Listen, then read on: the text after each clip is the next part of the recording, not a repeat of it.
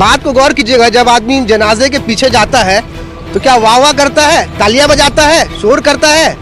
आज बंगाल में उर्दू का जनाजा निकाला गया है। नवाब आदिल शाह की नगरी, यहाँ पे जितना उर्दू बोलने वाले पूरे मगरबी बंगाल में नहीं है, लेकिन यहाँ पे उर्दू एकेडमी कितना रुपया खर्च कर रही है, कितनी लाइब्रेरीज उर्दू एकेडमी में यहाँ बनाई है, कितना कोचिंग सेंटर्स है।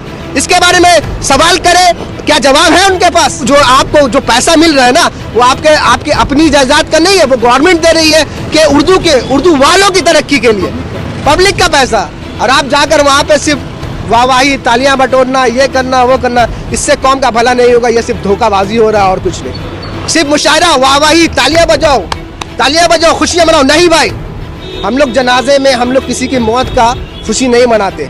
आज ये कोई जश्न मना, देखिए जश्न मने, अदब का काम हो, लेकिन उसके साथ साथ जुबान की तरक्की और तरवीज का भी काम यकीनन होना चाहिए। गार्डन रिच पीस मूवमेंट हमारा ऑर्गेनाइजेशन है, इसकी तरफ से हम लोगों ने PIL भी दाखिल किया था कलकत्ता हाई कोर्ट में गवर्नमेंट ऑफ वेस्ट बंगाल के इस डिसीजन के अगेंस्ट में कि हम लोग जो है क्वेश्चन पेपर सिर्फ बंगाली में देंगे।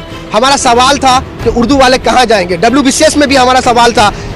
लगातार हम लोगों ने कोशिश की, हम लोगों ने रियासती वजीर से भी मुलाकात की, उनको भी हम लोगों ने डेपुटेशन दिया, लेकिन अफसोस सद अफसोस कहीं से भी कोई काम नहीं आया। ये काम उर्दू अकादमी को करना चाहिए था।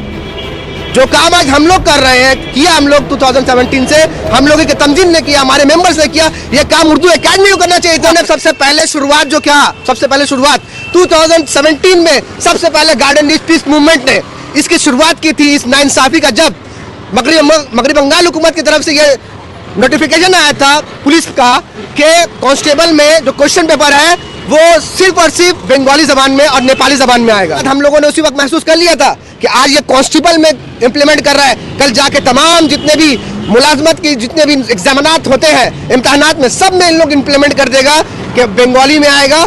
और यानी तो कोई ऐसा क्लॉज कर देगा कि बंगाली क्यों भाई, 2 लाख 3 लाख की आबादी वाला दार्जिलिंग का नेपाली जबान, जो कि हमारा हिंदुस्तान का नेपाल का जबान है, वो इतना अहमियत का हामिल हो गया कि उनको बंगला के साथ साथ जगह दिया जा रहा है। लेकिन आज यहाँ पे 2 करोड़ से ज्यादा मुसलमान, उर्दू बोलने वाले 1 करोड़ तकरीबन या 50 लाख भी है, तो 50 लाख को जो है उनका हक नहीं दिया जा रहा। देखिए, ये जश्न मनाने का कोई वक्त तो है नहीं।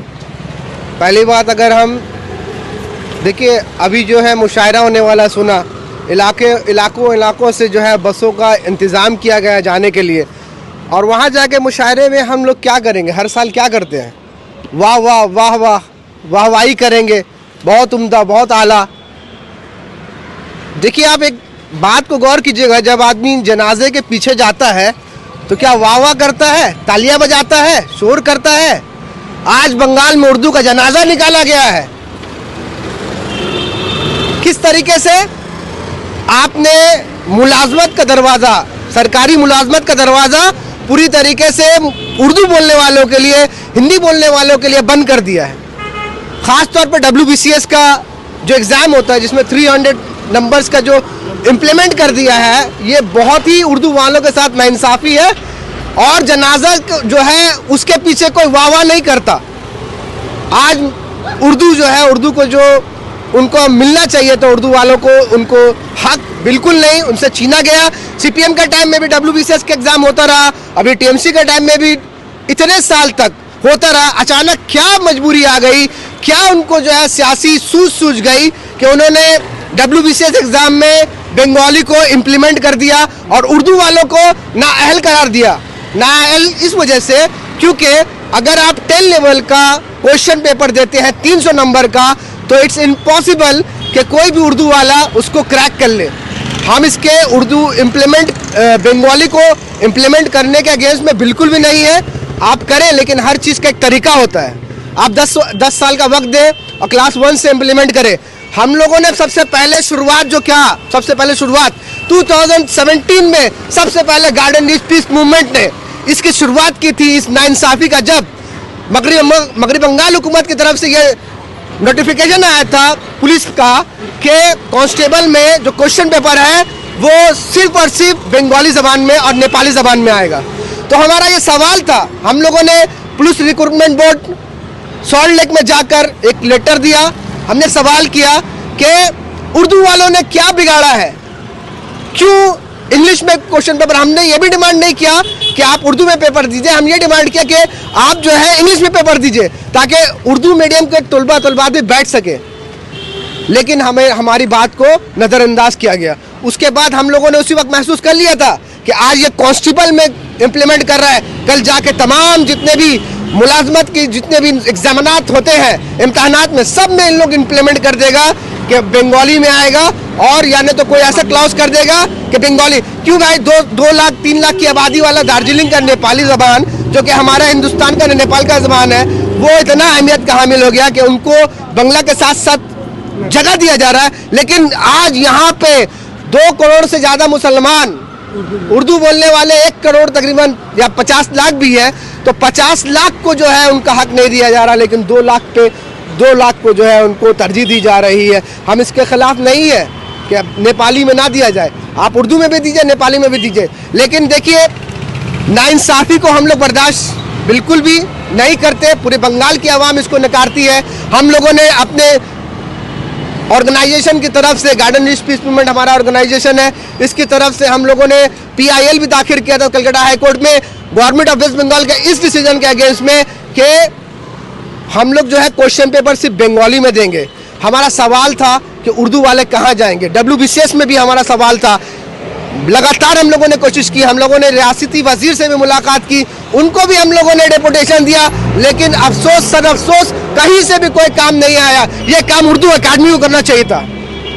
जो काम आज हम लोग कर रहे हैं, किया हम लोग 2017 से, हम लोगों के तंजीम ने किया, हमारे मेंबर्स ने किया, ये काम उर्दू अकादमी को करना चाहिए था। आप तो ममता से करीब है, आप तो ममता से करीब थे, आप तो एक तंजीम थे, एक आपका बॉडी है कि आप जाके उनसे बात कर सकते थे। आपने बात क्यों नहीं की? सिर्फ मुशायरा, वाहवाही, तालियां बजाओ, खुशियां मनाओ। नहीं भाई, हम लोग जनाजे में हम लोग किसी की मौत का खुशी नहीं मनाते। आज ये कोई जश्न मना, देखिए जश्न मने, अदब का काम हो, लेकिन उसके साथ साथ जुबान की तरक्की और तरवीज का भी काम यकीनन होना चाहिए। इंसान अगर काम करेगा, इंसान अगर तरक्की के लिए कोशा रहेगा ज़बान की। आज देखिए यहाँ पे उर्दू एकेडमी का एक भी जो गश्ती लाइब्रेरी सुनते, गश्ती लाइब्रेरी, आज तक तो मैंने गश्ती लाइब्रेरी वो गश्त खा रही, धूल खा रही होगी, ठीक है।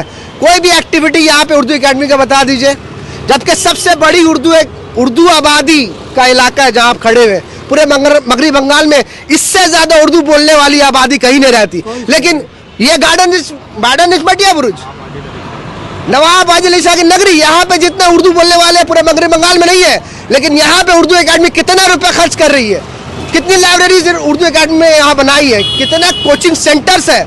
इसके बारे में सवाल करें, क्या जवाब है उनके पास? क्या चेयरमैन साहब के पास या जो भी XYZ जो गद्दी में बैठे हुए जवाब देंगे कि आपने कितने रुपया खर्च किए यहाँ के स्टूडेंट्स को बुक्स देने के लिए, यहाँ लाइब्रेरीज बनाने के लिए कितना आपने खर्च किया? आप शहर की शायरी जो भी आप किसी की भी आप जो है मनाइए, लेकिन यहाँ के उर्दू जो आपको जो पैसा मिल रहा है ना, वो आपके अपनी जायदाद का नहीं है, वो गवर्नमेंट दे रही है कि उर्दू वालों की तरक्की के लिए, पब्लिक का पैसा। और आप जाकर वहाँ पे सिर्फ वाहवाही, तालियां बटोरना, ये करना वो करना, इससे कौम का भला नहीं होगा। ये सिर्फ धोखाबाजी हो रहा है और कुछ नहीं।